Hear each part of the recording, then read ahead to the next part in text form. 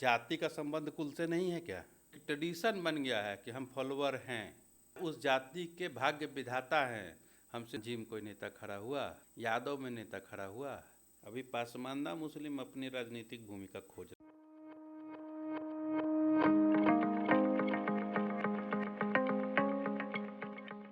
नमस्कार दोस्तों, आमजन में आपका फिर से स्वागत है, जहां हम बात करते हैं आम जनता से जुड़े हुए मुद्दों की। बिहार में चुनावी माहौल है और चुनाव की तैयारी जोरों शोर से सभी पार्टियां कर रही है। चुनाव में बिहार में जाति समीकरण सबसे बड़ा मुद्दा हमेशा से रहा है। इसी मुद्दे पे और इसके साथ साथ जोड़कर धर्म और प्रांतवाद को भी साथ साथ जोड़कर हम आज बात करने वाले हैं कि बिहार के इस चुनाव में जाति, धर्म और प्रांत कितना इम्पोर्टेंट भूमिका निभाएगा। इसी चर्चा में हमारे साथ चर्चा करने के लिए जुड़े हुए हैं कुंदन किशोर जी। कुंदन किशोर जी, आपका स्वागत है आमजन में। नमस्कार, धन्यवाद आलोक भाई। सबसे पहला सवाल ये होगा आपसे कि बिहार में जाति है और ये हमेशा से कहा जा रहा है कि जाति आधारित ही चुनाव बिहार में होता है, तो 2025 का चुनाव क्या इससे अलग होगा या जाति आधारित ही होगा? बिहार के राजनीति की ध्रुव सच्चाई है और इससे इनकार नहीं किया जा सकता है। लेकिन पिछले 30 साल से जो राजनीतिक परिदृश्य बना हुआ था उसमें अब परिवर्तन हो रहा है। ये एक अच्छी बात है कि बिहार में जातीय समीकरण टूट रहे हैं और बिहार में यह सच है कि बिना जातीय समीकरण के बिहार की राजनीति की कल्पना नहीं की जा सकती है। बिहार में कड़वा जाति समीकरण है, कठोर जाति समीकरण है, मजबूत जाति समीकरण है और जाति समीकरण इस कदर मजबूत है कि अलग अलग जातियों की अलग अलग पार्टियां बन गई। तो बिहार में ये कहना कि जातीय समीकरण से बाहर निकल गया बिहार, अभी समय लगेगा और बिहार लेकिन निकल जाएगा। लोग धीरे धीरे इन चीज़ों से बाहर आ रहे हैं। जैसे जैसे शिक्षा या उसको हम शिक्षा तो चलिए ठीक है, शिक्षा बहुत ज़रूरी है, लेकिन विकास जैसे जैसे समाज के गलियारों में पहुंचेगा, विकास जब तक बिहार के अंतिम छोर तक पहुंचना शुरू होगा, गांव के बीच में जब विकास खड़ा होगा तो जातीय समीकरण टूटेगा, जैसे होते आया है देश में। ये तो बात ठीक है। आप मतलब कि कहा जाए तो इस बार का चुनाव में भी हो सकता है कि जाति आधारित ना कहें, लेकिन जाति एक बहुत बड़ा फैक्टर बिहार के इस चुनाव में 2025 के चुनाव में रहेगा। तो मेरा दूसरा सवाल ये होगा कि जाति आधारित अगर चुनाव को हम मान लें कि बिहार का चुनाव जाति आधारित होने वाला है, तो इसमें किस पार्टी को सबसे बड़ा एज है? देखिए आलोक जी, ये पूरी तरह से छद्म है कि हमारे जाति का कोई आदमी, हमारे जाति का कोई व्यक्ति अगर नेता बन गया या मुख्यमंत्री बन गया या विधायक बन गया तो हमारे जाति का विकास हो जाएगा। ये एकदम छलावा है। मतलब ये पूरी तरह से बकवास बात है। ठीक है, ये जनता भी समझ चुकी है कि ऐसा कुछ नहीं होने जा रहा है। माई समीकरण को लेके मुस्लिम और यादव का एक गठबंधन है, जो मतलब घोषित नहीं, एक व्यवहारिक गठबंधन है जो यादव के साथ यानी आरजेडी परिवार के साथ खड़ा है। ठीक है, मलाहों की अलग पार्टी है, मांझियों की अलग पार्टी है, कुशवाहा की अलग पार्टी है, रामविलास पासवान ने शुरू किया था लोजपा, पासवानों की अलग पार्टी है। और जो जातियां इन पार्टी में नहीं शामिल हैं, जैसे सवर्ण हैं, तो ये भाजपा के साथ खड़े हैं। माने ये परसेप्शन है, ये एक मान्यता है कि ये ऐसे हैं।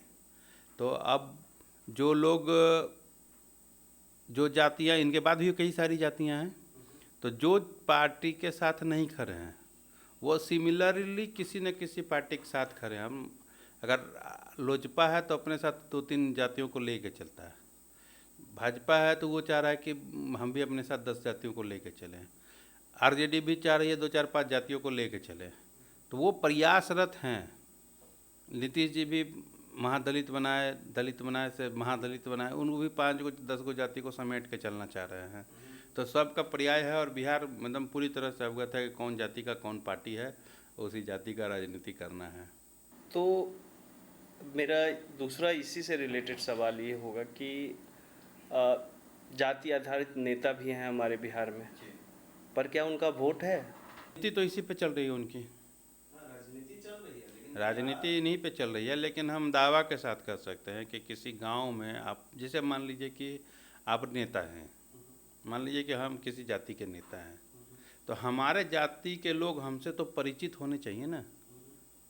परिचय का मतलब क्या है कि हमारा पालन पोषण कहाँ हुआ, हमारी शिक्षा दीक्षा कहाँ हुई, हमारा सामाजिक योगदान कैसा रहा, हमारा राजनीतिक योगदान कैसा रहा, हमारे पुरखों का क्या योगदान रहा, तभी तो हम नेता हैं किसी जाति के। उस जाति के लिए मेरा अभूतपूर्व योगदान रहा होगा, ठीक है, तभी हम किसी जाति के नेता हैं। आप मांझी जी के किसी भी जाति वाले से पूछ लीजिए, वो मांझी जी के नाम के अलावा और कुछ नहीं जानते हैं।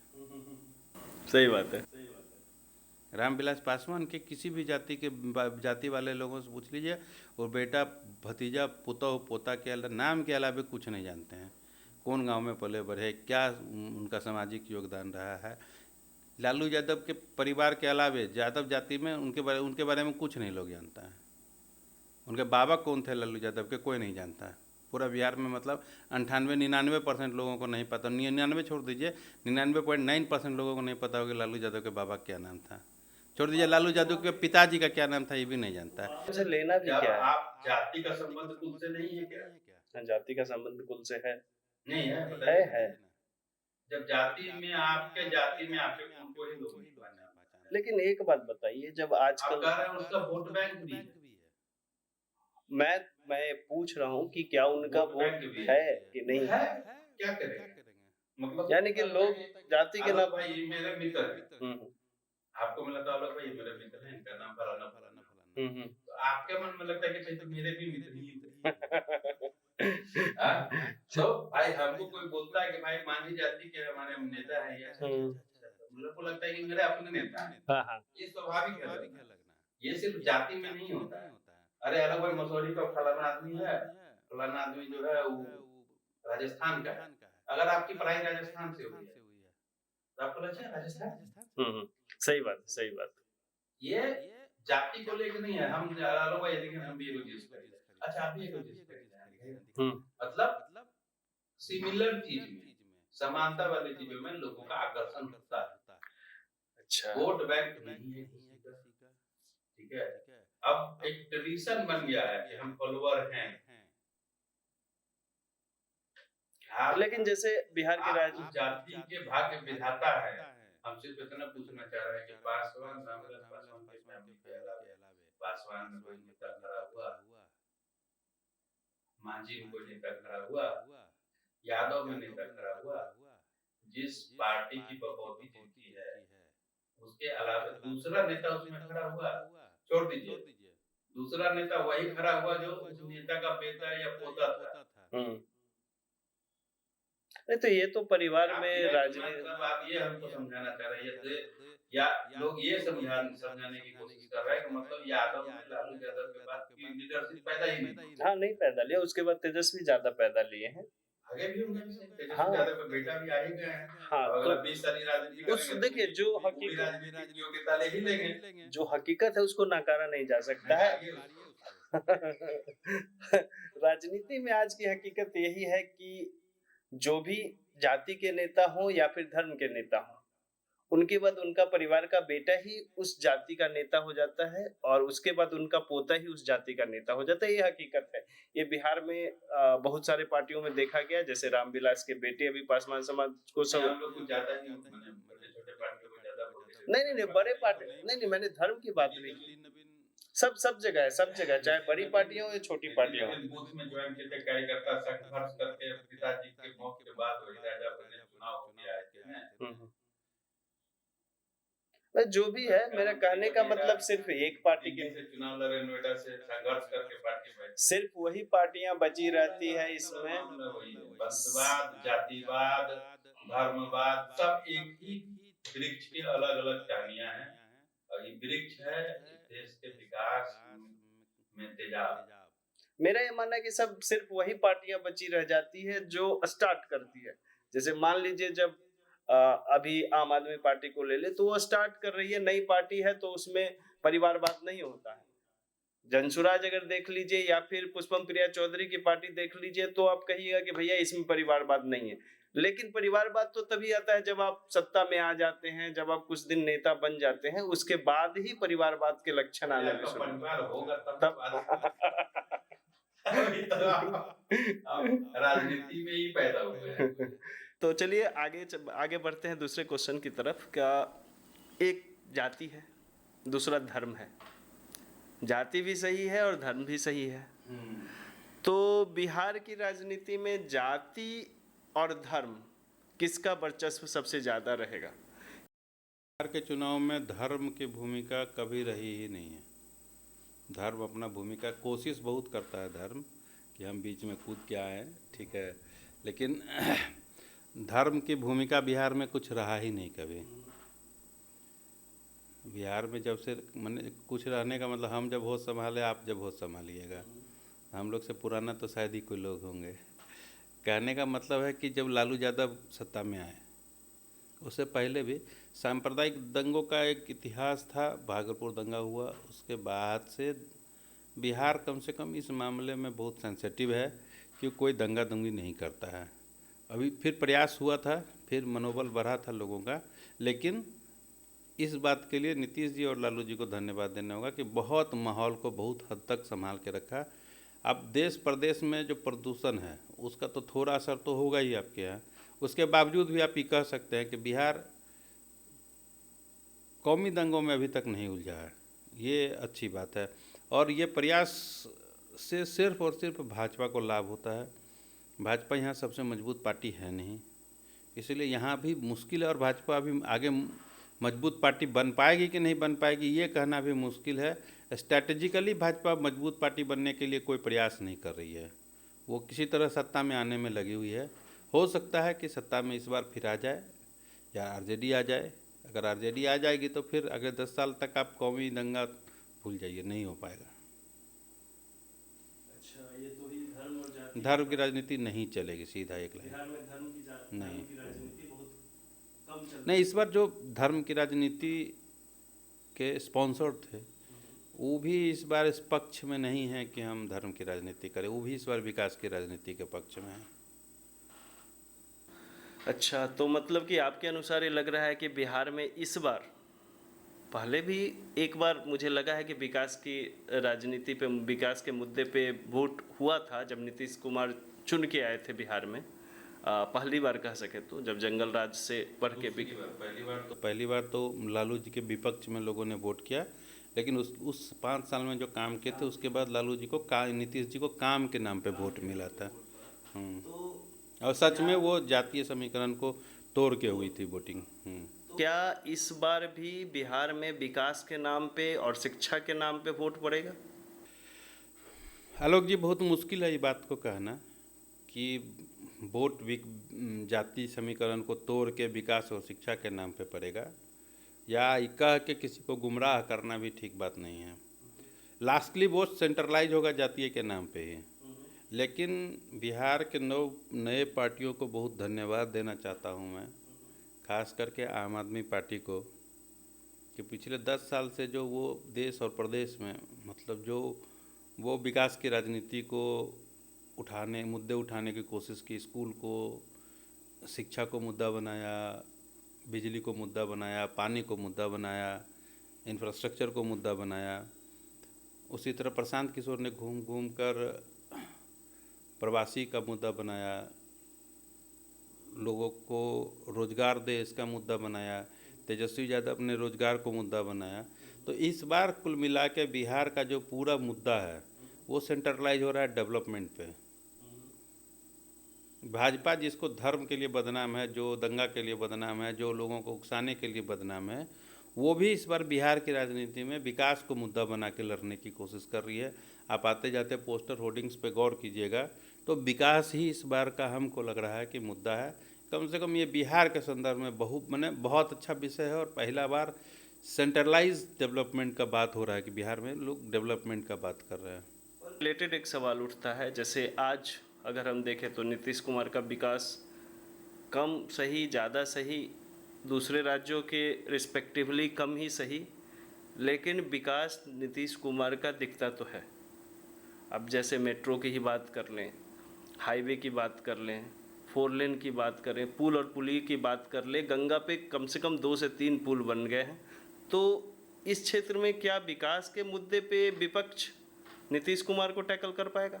पे जो आरोप लगा है ना, वो जंगल राज का आरोप लगा है, ठीक है, जिससे आज भी जंगल राज के डायलॉग से आरजेडी बाहर नहीं आ पा रही है। आज भी उस आरोप से लड़ने में आज भी असफल है। बहुत प्रयास कर रही है आरजेडी के मुँह से बाहर निकल जाए।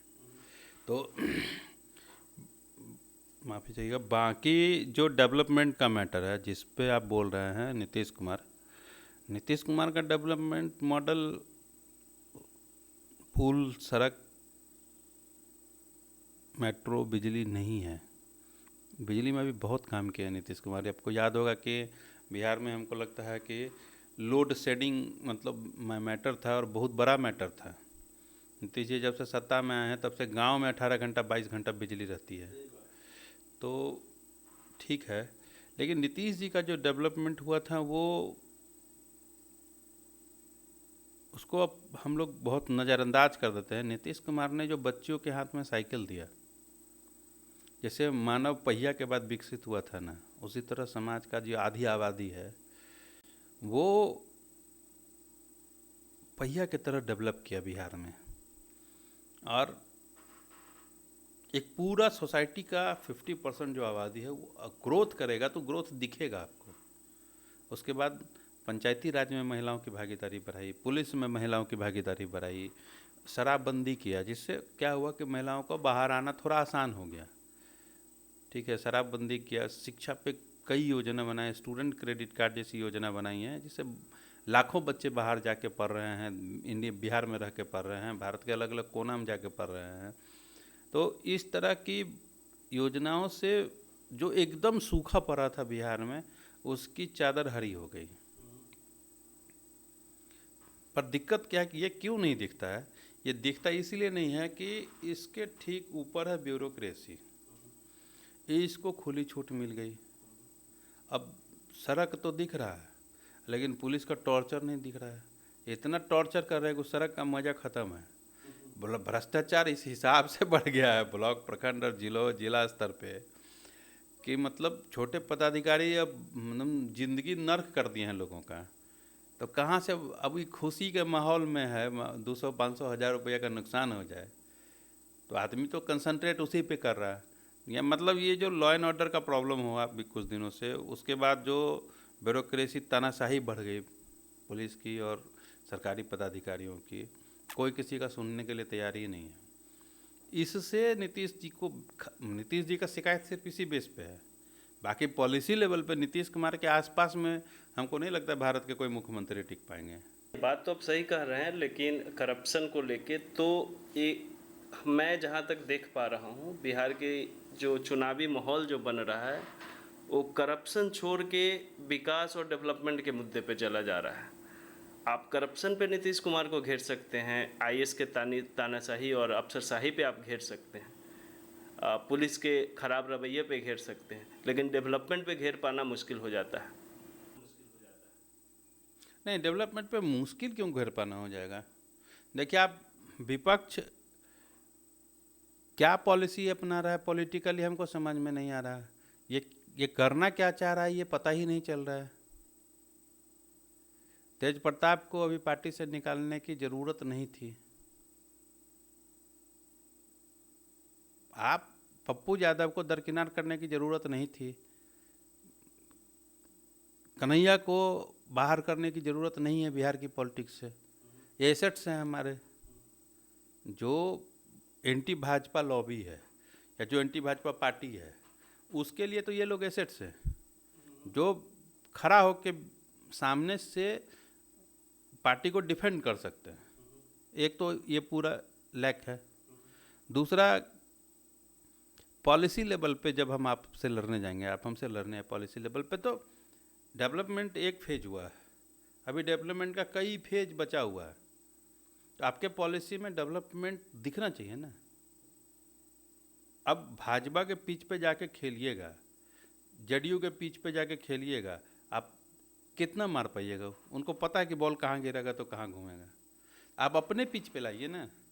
विपक्ष पिछले 15 साल से 10 साल से भाजपा के पिच पे बैटिंग करना चाह रही है, अपना पिच इससे बन ही नहीं पा रहा।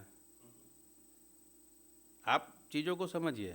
अगर एक विकास का मॉडल है बना हुआ, उससे बढ़िया मॉडल आया है ना। 100 स्मार्ट सिटी का मॉडल था ना पिछली, इससे ली लोकसभा से पिछले लोकसभा में 100 स्मार्ट सिटी जिता के गया।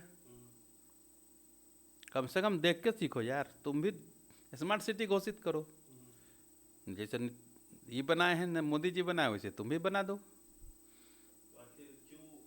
आखिर क्यों विपक्षी जो पार्टियां हैं वो एक अपना विकास का मॉडल क्यों नहीं प्रस्तुत कर पा रही? ना सोसाइटी में वो कल्चर है, ना पार्टियों में वो कल्चर है। कल्चर को इस्टेब्लिश करना पड़ेगा। भाजपा ने इस मौका को समझ लिया। भाजपा ने इस मौका को समझ लिया, जदयू ने इस मौका को समझ लिया और उसको अपलिफ्ट किया, लेकिन ये नहीं कर पा रहे हैं। कांग्रेस ने इस बात को समझ लिया है। कांग्रेस जो पिछले 2 साल से सेंट्रली और लोकल बिहार लेवल पे आप देखेंगे, ये दोनों जगह बहुत मजबूती से खड़ी हो रही है, बहुत कायदे से लोगों को चुन रहा है, फ्रीडम दे रहा है अपने वॉलंटियर्स को कि तुम किस फील्ड में काम कर सकते हो, उनका मूल्यांकन कर रहा है। पर अभी भी तो आरजेडी के साथ ही जाएंगे और आरजेडी जैसे लालू यादव डिक्टेट करेंगे वैसे उनको आगे चलना पड़ेगा, ये उनकी मजबूरी है। नहीं होता है, देखिए ऐसा नहीं होता है। लालू यादव बहुत समझे हुए राजनीतिज्ञ हैं और उनको ही पता है कि मेरी गाड़ी भी गहरे कीचड़ में फंसी हुई है, कांग्रेस की भी फंसी हुई है। इसका ये मतलब थोड़ा है कि मेरी भी फंसी हुई है ना, तो वो क्यों डिक्टेट करेंगे? और डिक्टेट करेंगे तो कांग्रेस क्यों सुनेगा उनका? ये भाजपा का नरेशन है कि लालू जी ही बिहार में डिक्टेट करना, क्यों सुनेगा? अगर बिहार हार जाएगी कांग्रेस तो कांग्रेस को क्या नुकसान है बताइए? हम पूछ रहे हैं कि बिहार कांग्रेस हार गई, 1 सीट भी कांग्रेस को नहीं आया, क्या नुकसान हो जाएगा कांग्रेस का? जो नुकसान है वही नुकसान रह जाएगा उसका। आज भी वो बिहार, हम कह रहे हैं कि आज भी इंडिपेंडेंट नहीं है। अगर आप इसे आपके लाइन को हम मान लेते हैं, तो अगर इंडिपेंडेंट नहीं है तो भीख का 20 को विधायक लेके करना क्या? वो तो अब उनका नेतृत्व और उनकी पार्टी के लोग समझे। मेरा बस यही कहना है कि अभी तक मैं भी यही बात कर रहा हूँ कि लालू जी के डिक्टेशन पे कांग्रेस तो चल नहीं रही है। कांग्रेस को, ये कांग्रेस की भूमि है। कांग्रेस यहाँ 40 साल सत्ता में रही है, 30 साल सत्ता में रही है और कई मुख्यमंत्रियाँ रहे उनके लगातार। ये उसकी भूमि है, उसका घर है, ये उसका अपना जमीन है, क्यों छोड़ देगा वो? क्योंकि परिस्थिति देखिए कांग्रेस के नीतियों के वजह से, पॉलिसी के वजह से उसकी स्थिति नहीं खराब हुई है। उसके 2 बड़े लीडर्स को शूट आउट हो गया, उनके 2 बड़े लीडर मर गए, ठीक है। पार्टी खंड खंड में टूट गई। सोनिया जी नॉन पॉलिटिकल आदमी थी, एक घरेलू महिला थी, उनको पार्टी संभालना पड़ा। 5 साल लग गया, 10 साल लग गया चीज़ों को समझने और समझाने में। उसमें जो विखंडन हुआ, उसमें जो पार्टी में कमजोरी आई, वो आज तक दृढ़ता नहीं आ पाई। भाजपा जैसी मजबूत पार्टी, आरएसएस जैसा मजबूत संगठन से उसका मुकाबला था, जिसका स्थिति बहुत दयनीय था। तो ऐसा नहीं है कि कांग्रेस पॉलिसी के वजह से जमीन पे आ गई है, कांग्रेस लीडरशिप के कमी की वजह से आ गई। कांग्रेस नेतृत्व के अभाव में स्थिति खराब हुआ है। उसके बाद भी दो सरकारें रही और जो विशेषज्ञ हैं उनसे आप पूछिएगा तो बोलेंगे कि कांग्रेस यूपीए 2 का जो कार्यकाल था वो गोल्डन एरा माना जाएगा इंडियन हिस्ट्री में, डेवलपमेंट के मैटर में। को लेकर क्या मतलब कि अल्पसंख्यकों में या और मुस्लिम समुदाय में चुनाव को लेकर क्या स्थिति बनी हुई है? धर्म का ही एक रिस्पेक्ट है जिसमें, क्या वो आरजेडी के साथ पूरी तरह इंटैक्ट है? मैसिव लोग इंटैक्ट हैं, लेकिन ये कहना कि अब मुस्लिम वोट आरजेडी की बढ़ोतरी है, ये बात भी अब टूट रहा है। तो क्या प्रशांत किशोर नहीं कर पाए मुस्लिम लोगों? प्रशांत जी भी तोड़ पाए, जदयू उससे पहले तोड़े हुए हैं, जदयू को भी अच्छा वोट मिलता है, मुस्लिम वोट मिलता है। देखिए, मुसलमान में भी अब मामला थोड़ा गड़बड़ हो रहा है। अभी पासमानदा मुस्लिम अपनी राजनीतिक भूमिका खोज रहे हैं। उनकी आबादी बहुत बड़ी है और उनका कहना है कि हमारी आबादी के हिसाब से हमको सीट चाहिए, ठीक है। तो उस हिसाब से देखना पड़ेगा, देखिएगा कि इस बार वोटिंग में भी मामला गड़बड़ाएगा।